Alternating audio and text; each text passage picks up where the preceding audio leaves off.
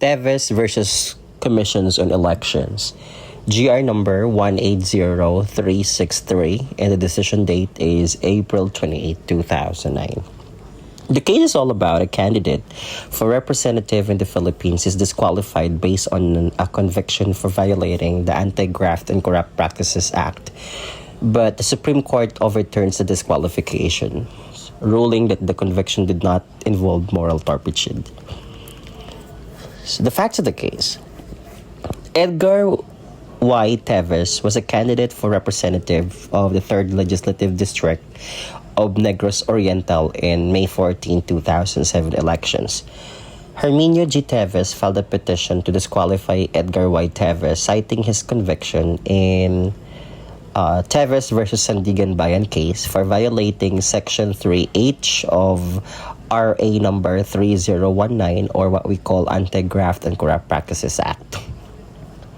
The conviction was for possessing a pecuniary or financial interest in the cockpit, prohibited under the Section 89, second paragraph of the Local Government Code of 1991.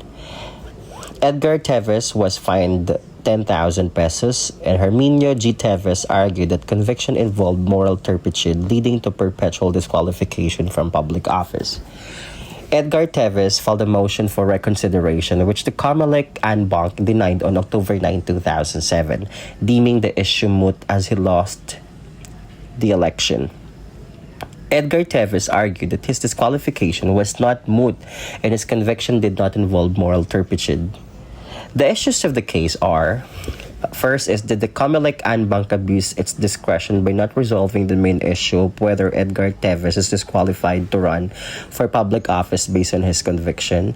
The second issue is the issue of disqualification moot in academic due to Edgar TEVES' loss in 2007 elections.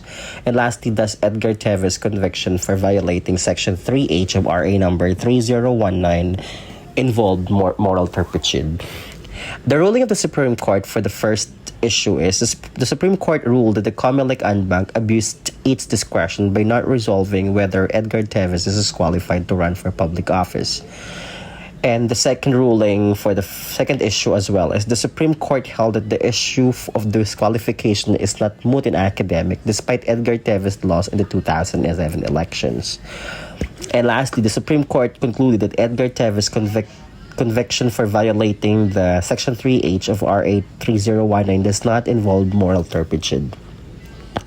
And the ratio of the case was the Supreme Court found that COMELEC en banc erred in declaring the disqualification case moot due to Edgar TEVES' loss in 2011 elections.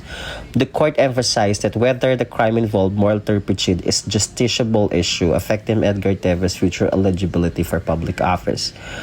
The court examined the elements of the crime under Section 3H of the said RA and determined the violation did not inherently involve moral turpitude.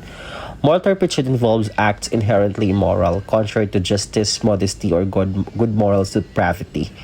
Historical context noted that the possession of pecuniary interest in a cockpit was not prohibited under the old Local Government Code of 1991, and the violation was not done with malicious intent and did not involve moral turpitude.